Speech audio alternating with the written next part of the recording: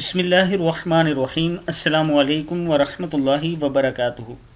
عابد راجہ channel کی طرف سے آج میں اپنے دوستوں کو رسول اللہ صلی اللہ علیہ وآلہ وسلم کا ایک بہت ہی پیارا فرمان بتاؤں گا۔ اس سے پہلے میں اپنے تمام دوستوں سے گزارش کروں گا کہ اس ویڈیو کو آپ نے آگے ضرور شیئر کرنا ہے۔ تو شروع کرتے ہیں۔ بسم اللہ الرحمن الرحیم۔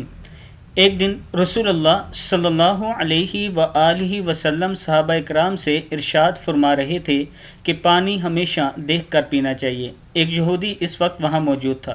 اس نے بھی یہ ارشاد سن لیا۔ اپنے گھر میں رات کو جب پانی پینے لگا تو بیوی سے بولا چراغ لے آؤ۔ بیوی چراغ لے آئی تو روشنی میں دیکھا کہ پانی کے پیالے کی تہہ میں ایک سیاہ بچھو تھا۔ صبح دربار رسالت صلی اللہ علیہ وآلہ وسلم میں حاضر ہو کر بولا آپ صلی اللہ علیہ وآلہ وسلم کی ایک سنت پر عمل کرنے سے جان کی حفاظت ہوگی۔ وہ دین کتنا پیارا ہوگا۔ کلمہ پڑھا اور مسلمان ہو گیا۔